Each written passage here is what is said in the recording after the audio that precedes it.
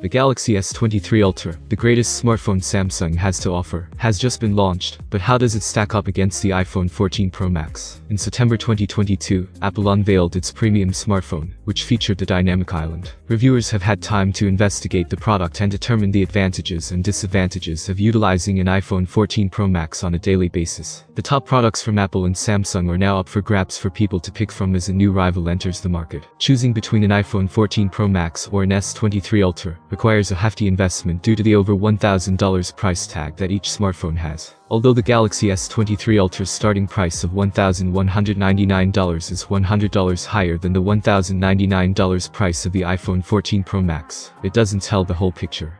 In comparison to the base model iPhone 14 Pro Max, the S23 Ultra starts out with 8 GB of RAM and 256 GB of storage.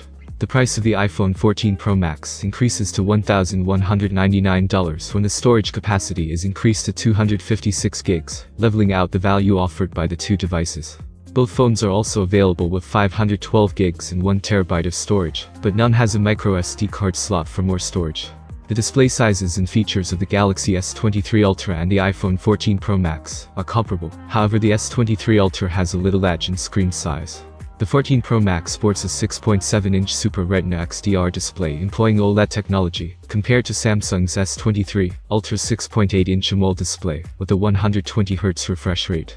With an outdoor rating of 2000 nits, the iPhone 14 Pro Max has the advantage in peak brightness, but falls short due to its lower 460 ppi pixel density. This contrasts with the outdoor peak brightness rating of 1750 nits and 500 ppi density for the S23 Ultra. Both smartphones have an IP68 grade for water resistance. While the iPhone 14 Pro Max is powered by the A16 Bionic chipset, the S23 Ultra is powered by the Snapdragon 8 Gen 2 mobile platform for Galaxy. Both smartphones support sub-6 5G, but only the S23 Ultra offers Wi-Fi 6E. Notably, the iPhone 14 Pro Max lacks a comparable option to the S23 Ultra's inbuilt S Pen. The S23 Ultra's 5000 mAh battery boasts Qi wireless charging capability and faster 45 watts wired charging rates, outperforming the iPhone 14 Pro Max's 4323 mAh battery and its top 27 watts charging speeds. In addition to MagSafe, the latter also enables Qi wireless charging. Depending on what people value, the Galaxy S23 Ultra's camera system might be better than the iPhone 14 Pro Max's. The S23 Ultra sports a quad camera setup, with the new 200 megapixels primary camera taking center stage. The other cameras also have outstanding zoom capabilities, including the 100x space zoom feature that has become a brand standard. A 12 megapixels telephoto sensor and a 12 megapixels ultra-wide sensor are among the additional sensors. In addition, the 14 Pro Max has 3 cameras: a 48 megapixels primary camera, a 12 megapixels ultra-wide lens, and a 12 megapixels telephoto lens with a 3x optical zoom.